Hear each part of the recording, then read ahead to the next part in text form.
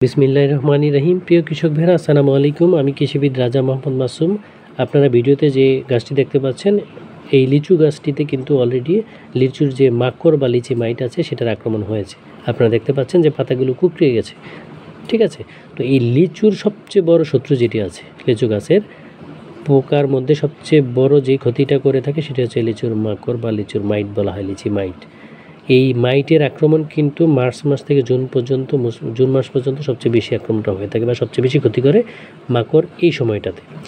So আপনাদের এই সময়ের মধ্যে কিন্তু এই পোকার যাতে আক্রমণ না হয় সেদিকে খেয়াল রেখে সেই অনুযায়ী ব্যবস্থা নিতে হবে।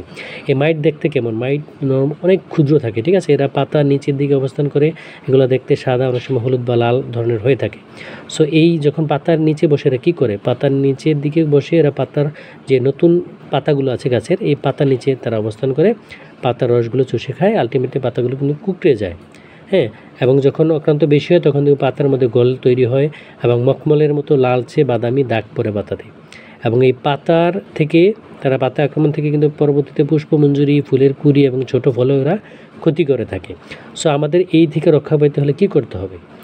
আমরা এই লিচুর মাকড় থেকে যদি গাছকে রক্ষা করতে হয়, তাহলে আমরা যখন লিচুর ফল সংগ্রহ করার পরে কিন্তু ডালপালা যেগুলো আছে, মরা ডালপালা বা যেগুলো আক্রান্ত ডালপালা আছে, এগুলো কিন্তু কেটে ফেলে দিতে হবে, ঠিক আছে। ছাঁটাই করে যদি ঘন হয়, গাছের ঘন হয়, তাহলে কিন্তু সেগুলো আমরা পাতলা করে দিতে হবে, গাছকে পরিষ্কার করে রাখতে হবে। এবং আক্রান্ত পাতা বা পুষ্পমঞ্জুরি বা ফুল যেগুলো আছে, ফল আছে, এগুলো আমরা কেটে মাটিতে পুঁতে ফেলবো অথবা পুড়িয়ে ফেলবো, ঠিক আছে। আর যখন আপনারা পোকার উপস্থিতি দেখতে পাবেন বা আক্রমণ দেখতে পাবেন, তখন কিন্তু সাথে সাথে আপনার অ্যাবামেকটিন গ্রুপের যে কীটনাশক আছে সেগুলো প্রতি লিটার পানিতে 1.5 মিলি হারে মিশিয়ে আমরা স্প্রে করে দিব। আশা করি এই সমস্যা আর থাকবে না। এবং আপনার গাছে যে লিচু গাছের যে মাইটের আক্রমণ, সেখান থেকে কিন্তু আপনার গাছকে রক্ষা করতে পারবেন এবং আলটিমেটলি কিন্তু আপনার ফলনে কোনো প্রবলেম হবে না তখন আর।